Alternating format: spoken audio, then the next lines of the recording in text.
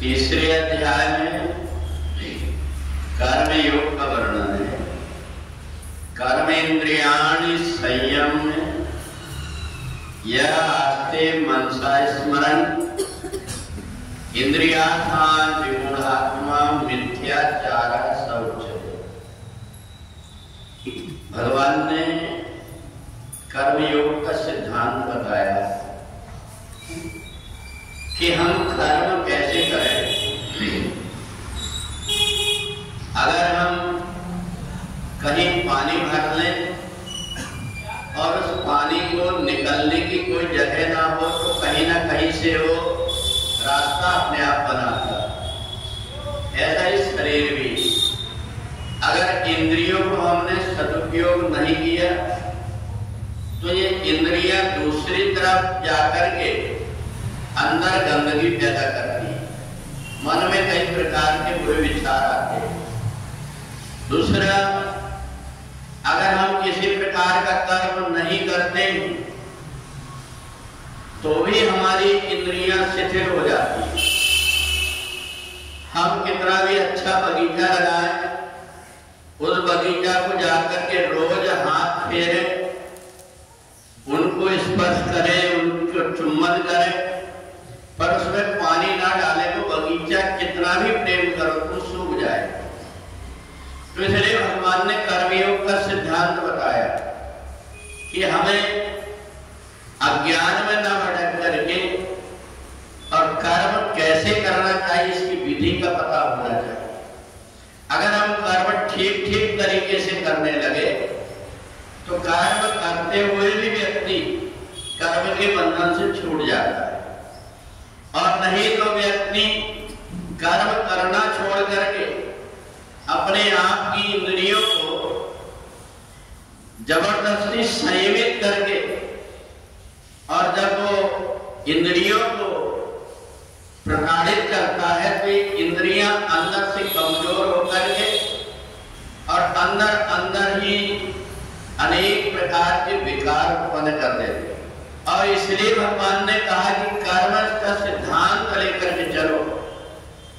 फिर राजा जनक जैसे कर्मयोगी हुए हैं जिन्होंने कर्म करके अपने आप का उद्धार कर लिया। इसलिए इंद्रियां जो है अपना काम करती रहे और हमारा मन परमात्मा में लगा रहे, इस प्रकार का जो कर्मयोग है। अर्जुन ने भगवान से कहा था मैं सब काम छोड़ करके भीख मांग करके खाना शुरू कर दूं, तो भगवान ने कहा इससे तो भीख मांग करके खाएगा और जिससे तेरे जीवन का उद्धार नहीं हो पाएगा। इसलिए नहीं हो पाएगा क्योंकि तूने कर्म को छोड़ दिया। कर्म को छोड़ने वाला जो व्यक्ति है वो कभी भी आत्म शांति को प्राप्त नहीं कर पाता। उसे ये लगता है कि परमात्मा ने मेरे को हाथ किस लिए दिया है, पैर किस लिए दिया है, बाणी किस लिए दिया है, इसलिए मेरे को इन सबको परमात्मा के काम में लगाना है। और ऐसा मान करके वो कर्म में वृत्त होकर के अगर कर्म से अलग हो जाता है तो ये इंद्रियां शिथिल होकर के रोग का कारण बन जाती है। और दूसरी बात एक और भगवान ने कहा नाहि कश्चित् क्षणपि जात तिष्ठत् कर्मकृत् है। शरीर ऐसा बना हुआ है कि हम एक मिनट भी बिना कार्य किए नहीं रह सकते। हम अगर कोशिश करें कि हम कार्य नहीं करेंगे तो ऐसा संभव नहीं है। इसलिए संभव नहीं है कि शरीर इस प्रकार का बना हुआ है, हृदय की धड़कन हमारे अनुसार नहीं चलती, श्वास का आना जाना हमारे अनुसार नहीं चलता, छींक आना, व्यक्ति के अंदर अनेक प्रकार की जो क्रियाएं होती है, खून का इधर से उधर जाना, ये सारी चीजें और हृदय का धड़कना, ये क्रियाएं अपने आप हर समय होते रहती है। तो इसलिए इंद्रियों को प्रताड़ित मत करो। इंद्रियों का सदुपयोग करना सीख लेता है वो व्यक्ति कर्मयोगी कहलाता है।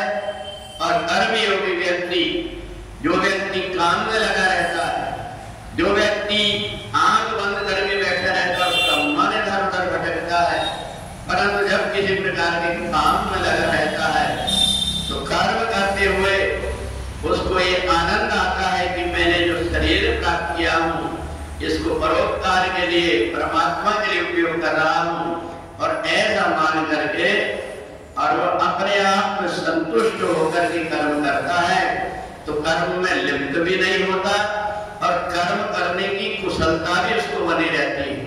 जिस व्यक्ति कहता है कि मैंने ये काम कभी नहीं किया, वो व्यक्ति दीनहीन होकर के भटकते रहता है, क्योंकि करत करत अभ्यास के जड़मति होत सुजान, हर काम व्यक्ति धीरे धीरे करके कर सकता है, परंतु अपने आप से जो हार जाता है वो व्यक्ति न तो संसार में और न ही परलोक में भी सुख पाता है। वृंदावन बिहारी